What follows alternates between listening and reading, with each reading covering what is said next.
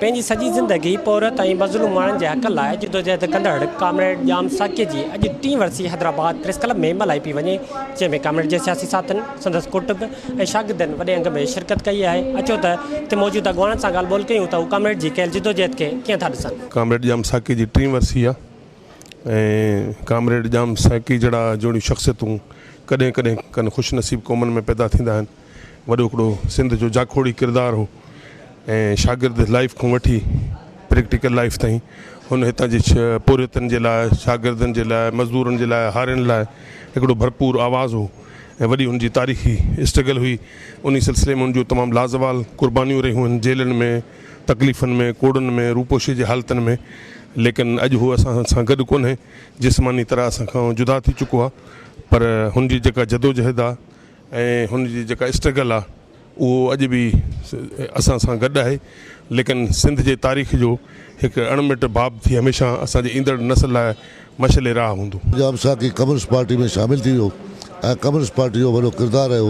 ज़ाउलक जे ख़िलाफ़ जदोजहद में वॾा पफलेट छाया कया ऐं केतिरा साल रूपोश रहियो, लेकिन आख़िर गिरफ़्तार थियो।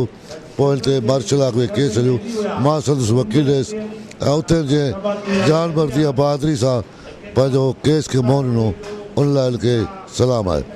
हिन माण्हू हमेशह अवामी ॻाल्हि कई ऐं कम्युनिस्ट पार्टी हिन जे वञण खां पोइ पाकिस्तान में उहा हैसियत विञाए चुकी आहे। जीअं त अॼु क़ामरेड जाम साक़ी जी असां 3 वर्सी मल्हाए रहिया आहियूं। क़ामरेड जाम साक़ी तव्हां सभिनी खे ख़बर आहे त सिंध जो उहो हिकिड़ो मुनफ़रिद किरदारु हो, जंहिं सियासत में हिकु नवां जेको आहे हिकिड़ा गस रखिया, नवां रस्ता दरियाफ़्त कया।